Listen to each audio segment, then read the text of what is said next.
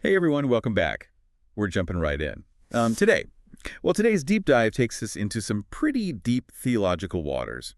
We're exploring the concept of the Antichrist, specifically how it's portrayed in 2 Thessalonians chapter 2, verses 1 through 12. We're going to be looking at how this ancient text connects the Antichrist to the temple in Jerusalem. Yeah, it's a fascinating passage, really is. Packed with symbolism and historical echoes. Can be a bit tough to unpack, though. Well, that is where you come in. The source material we've got for you today is pretty academic, but we're going to pull out the most interesting historical bits and the insights that make this relevant, even today. Ready to get started? Absolutely. I think to understand what the author of 2 Thessalonians is getting at, we need to really try to imagine the original audience. This letter was written to the early Christian community in Thessalonica, most likely sometime between 50 and 100 AD. It's very early Christianity, just a few decades after the life of Jesus. Exactly. And there was a lot of anxiety swirling around at the time about the second coming of Christ. Many believed it was imminent. Oh, wow. You can almost picture them looking up at the sky, waiting for it to happen any minute. Yeah, that's a great image. And the author of 2 Thessalonians is stepping in to say, hold on, folks. Not going to happen overnight. There will be signs, specific events that precede the second coming. Okay, so he's trying to calm their fears and create some order around their expectations for what's to come. Precisely. And one of the major warning signs, one of the big red flags that he points to, is the arrival of the man of lawlessness. Here's where we get to the Antichrist, right? Exactly. Man of lawlessness is the term used in 2 Thessalonians for what we often call the Antichrist. But it's important to note, this isn't just some run-of-the-mill bad guy. This figure is described as the ultimate adversary of God, the embodiment of everything that opposes the divine, and stands against the Messiah. So this is a figure who represents ultimate evil, in direct opposition to everything Jesus represents. Yes, and he doesn't just oppose God passively. The man of lawlessness desires to replace God altogether. He sets himself up in the temple in Jerusalem, demands to be worshipped, and declares himself as God. That's a chilling image, taking over the holiest site in Judaism and proclaiming himself as God. It's a direct attack on the very heart of Jewish faith and identity. And that act, taking over the temple, is absolutely key to understanding the whole concept of the Antichrist as it's presented here. It's interesting that he chooses the temple. It's almost like a twisted mirror image of the Messiah taking over the place where God's presence was believed to dwell. You've hit on a really important point. The author of 2 Thessalonians is deliberately drawing a parallel here. And it's not just a theological one. There's a historical figure who did something very similar. That would have been fresh in the minds of his audience. Oh, are we talking about Antiochus V Epiphanes? I remember learning about him in history class. Wasn't he a real piece of work? That's him. Antiochus V of Epiphanes was a Seleucid king who ruled in the 2nd century BC. He's infamous for persecuting the Jews and desecrating the temple in Jerusalem. He put a statue of Zeus there and sacrificed pigs on the altar, actions that were utterly abhorrent to the Jewish people. Oh, wow. So this man of lawlessness in 2 Thessalonians is like an apocalyptic echo of Antiochus IV, a figure who embodied that same idea of ultimate evil in opposition to God, but on a grander end-time scale. Exactly. And the connection is deliberate. The language and imagery used to suit the Thessalonians are very similar to the book of Daniel, which directly condemned Antiochus V's actions.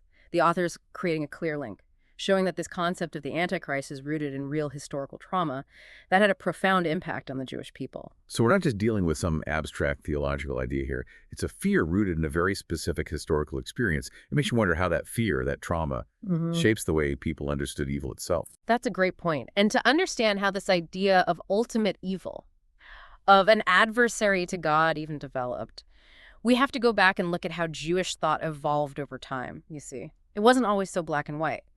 Early Jewish thought often attributed everything, good or bad, directly to God.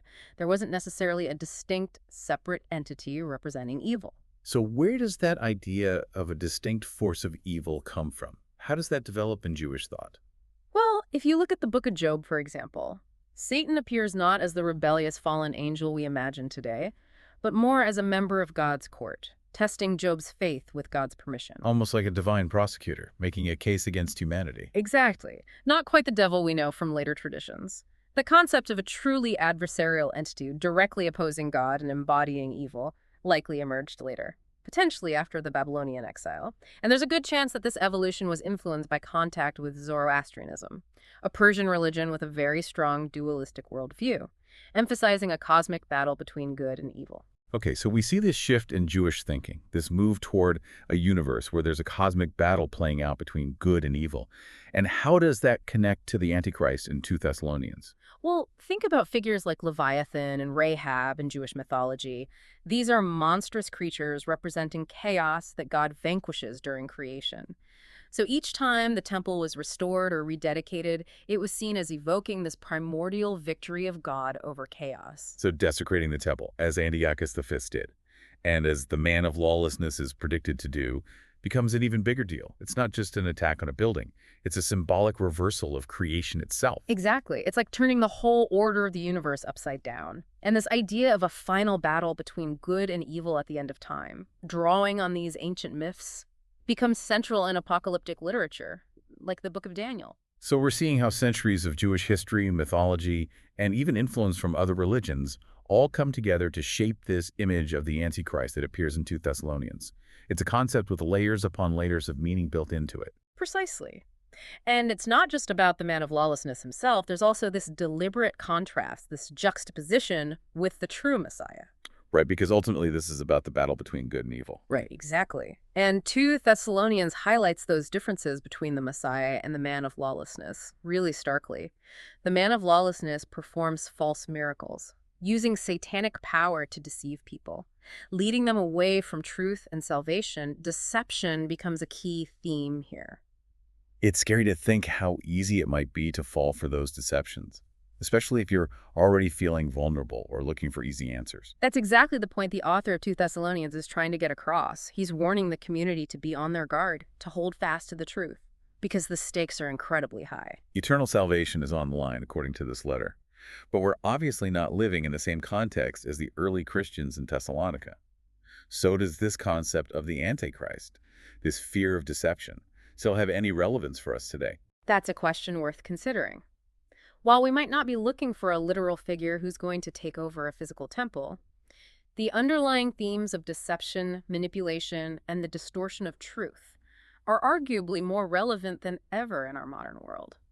It makes you think about the rise of misinformation and conspiracy theories.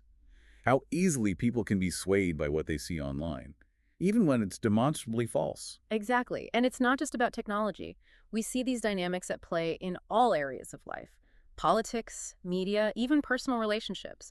There are forces constantly trying to shape our perceptions, to manipulate our understanding of what's real and what's not. So in a sense, we're all engaged in this ongoing battle against deception, against those who would exploit our fears and insecurities for their own gain. And just like those early Christians, we need to be equipped to discern truth from falsehood, to recognize what's genuine and what's counterfeit. That requires critical thinking, questioning our assumptions, and actively seeking out multiple perspectives. It's about understanding that there are always going to be forces trying to influence us, trying to pull us in different directions. Yeah. And ultimately, it's up to each of us to decide what we believe, what we value, and what path we're going to follow. That's a great way to put it. The choice we make, that act of discerning, is ultimately what defines our relationship with truth. So the Antichrist, Yeah. in a way, becomes a symbol of all those things that seek to undermine truth, erode our faith in what's good, and lead us away from what's truly important. And that's not just about external threats. The author of 2 Thessalonians also talks about an internal struggle, a mystery of lawlessness that's already at work in the world. So it's not just about some external enemy, some figure who's going to come and conquer us. It's about something that's already present within us, within society, that has the potential to corrupt us from the inside out. Precisely. And that internal struggle, that battle against our own capacity for deception and self-serving behavior, is perhaps even more challenging than facing an external enemy. Because it requires us to be honest with ourselves, to confront our own shadow side, our own potential for darkness. Exactly. It's a lifelong process, a continual struggle to understand ourselves, and to choose what's good, even when it's difficult. It's almost like we all carry a little bit of the Antichrist within us, a capacity for deception, for selfishness, for putting our own desires above the needs of others. And it's by recognizing that potential within ourselves that we can begin to overcome it. We can choose to act differently, to choose love over fear, to choose truth over deception. It's a sobering thought, Yeah. but also incredibly empowering, because it means we have the power to choose, to resist those forces, and to build a world that's more aligned with truth than justice. And that's ultimately what the message of 2 Thessalonians is all about. It's a call to action, a reminder that we're not just passive observers in this cosmic battle, we're active participants. And the choices we make have real consequences. So how do we fight this battle? What are the weapons we can use against this internal and external Antichrist? It starts with cultivating a deep love for truth. That means being willing to seek it out, even when it's uncomfortable, even when it challenges our existing beliefs. Being open to new information, to different viewpoints, and being willing to change our minds when presented with compelling evidence. Exactly. It's also about developing a strong sense of discernment, learning to recognize the subtle ways in which deception can operate, both in the world around us and within our own hearts. So we need to be critical thinkers, but also compassionate listeners. We need to be willing to engage with those who hold different views, not to win an argument, but to understand and find common ground. Precisely. And ultimately, it's about recognizing that this battle is not just about winning or losing. It's about becoming the best versions of ourselves, aligning our lives with truth and love, and creating a world where those values can flourish. It's about recognizing that we're all in this together, and the only way to overcome the forces that seek to divide us is to work together, to support each other, and to never give up hope. And that brings us back to that mysterious figure of the restrainer mentioned in 2 Thessalonians. Remember, the text says this figure is holding back the man of lawlessness until he is taken out of the way. It's such a cryptic passage. What do you think it means? Who or what is this restrainer? Well, if we think of the Antichrist as representing all the forces that work against truth and love, then perhaps the restrainer symbolizes all those forces that are working to uphold those values. So it's less about a specific person or entity, and more about the ongoing struggle between these two opposing forces, the forces that are working to create a better world, versus those that are pulling us towards division and destruction. That's a really insightful interpretation. It suggests that the outcome of this cosmic battle is not predetermined. It depends on the choices we make, the actions we take, and the values we prioritize. So it's not about waiting for someone or something to save us. It's about recognizing our own responsibility to cultivate truth and love in the world. Exactly. It's not about sitting back and waiting to be rescued. We have a role to play in this cosmic drama. Each of us has the power to choose how we respond, to choose whether we contribute to the forces of darkness or become a part of that restrainer holding back the tide. That's a powerful way to think about it. It kind of reframes the whole idea of the Antichrist in the end times. It's less about predicting specific events and more about understanding these opposing forces at play within ourselves and the world around us. And it takes some of the fear and anxiety out of the equation. Remember, the author of 2 Thessalonians was writing to a community that was deeply afraid, convinced that the world was about to end. So part of his message was, hey, I know you're scared, but there's no need to panic. God's still in control, and we have a role to play in shaping the future. Exactly. And that message feels surprisingly relevant even today. We live in a world where it's easy to get caught up in fear, to feel overwhelmed by all the bad news and uncertainty. But 2 Thessalonians reminds us that even in the darkest of times, there's still reason to hope. It's about focusing on what we can control, on being a force for good in our own lives and communities, trusting that we're part of a larger story that's ultimately moving towards something better. It's about choosing faith over fear, action over apathy. And maybe, just maybe, by choosing to live that way, we become part of that restraining force, helping to push back against the darkness in our own little corner of the world. I love that idea. It's empowering. It suggests that we all have a part to play in this cosmic drama, that our choices matter, that we're not just helpless bystanders. And it connects back to that idea of discerning truth from falsehood. It's not enough to just passively consume information.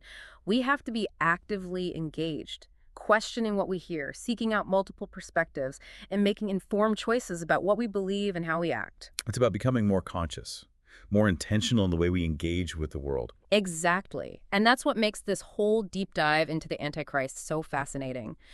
It's not just about understanding an ancient text. It's about understanding ourselves and our place in this ongoing struggle between good and evil, truth and falsehood. It's a challenge, but it's also a deeply hopeful message. Absolutely. And it leaves us with some pretty big questions to ponder. What does it mean to be a force for good in the world today? How do we discern truth from falsehood in an age of information overload? And what role do we each play in holding back the forces of darkness? Those are questions worth wrestling with.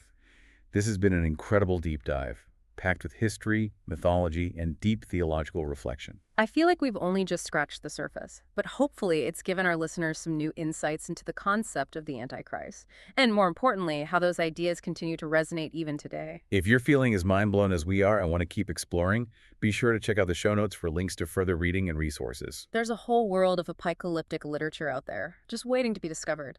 And who knows? Maybe you'll even come up with your own interpretation of the mysterious restrainer. I'd love to hear your thoughts, but for now, we'll leave you to ponder those mysteries. That's a wrap for this deep dive into the Antichrist and the Temple. Until next time, keep those brain cells firing, keep questioning, and keep diving deep.